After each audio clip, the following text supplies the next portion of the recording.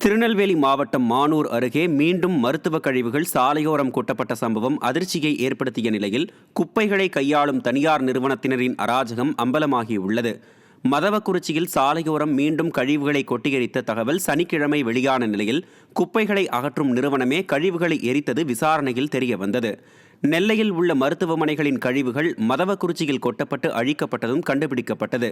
விடியா ஆட்சியின் மாவட்ட நிர்வாகம் செயலிழந்து விட்டதா என மக்கள் கேள்வி எழுப்பினர். ஈரோடு மாவட்டம் பவானி அருகே ஆசிட் டேங்கர் லாரியை சுத்தம் செய்தபோது இருவர் உயிரிழந்த சம்பவம் சோகத்தை ஏற்படுத்தியுள்ளது. கோணவாய்க்கால் பகுதியில் உள்ள வாட்டர் சர்வீஸ் செய்யும் தனியார் மையத்தில் ஆசிட் டேங்கர் லாரியை சுத்தம் செய்தபோது 3 தொழிலாளிகள் மயங்கி விழுந்த நிலையில் யுவானந்தன், சந்திரன் ஆகிய இருவரும் சம்பவ இடத்திலேயே உயிரிழந்தனர். மற்றொரு தொழிலாளி செல்லப்பன் என்பவர் உயிருக்கு ஆபத்தான நிலையில் சிகிச்சை பெற்று வருகிறார். விடியா ஸ்டாலின் ஆட்சியில் மாவட்ட நிர்வாகம் தனியார் சேவை மையங்களில் பாதுகாப்பு ஏற்பாடுகளை உரிய முறையில் ஆய்வு செய்யாமல் அலட்சியம் காட்டியதால்தான் உயிர்பலி ஏற்பட்டிருப்பதாக பொதுமக்கள் குற்றம் சாட்டுகின்றனர்.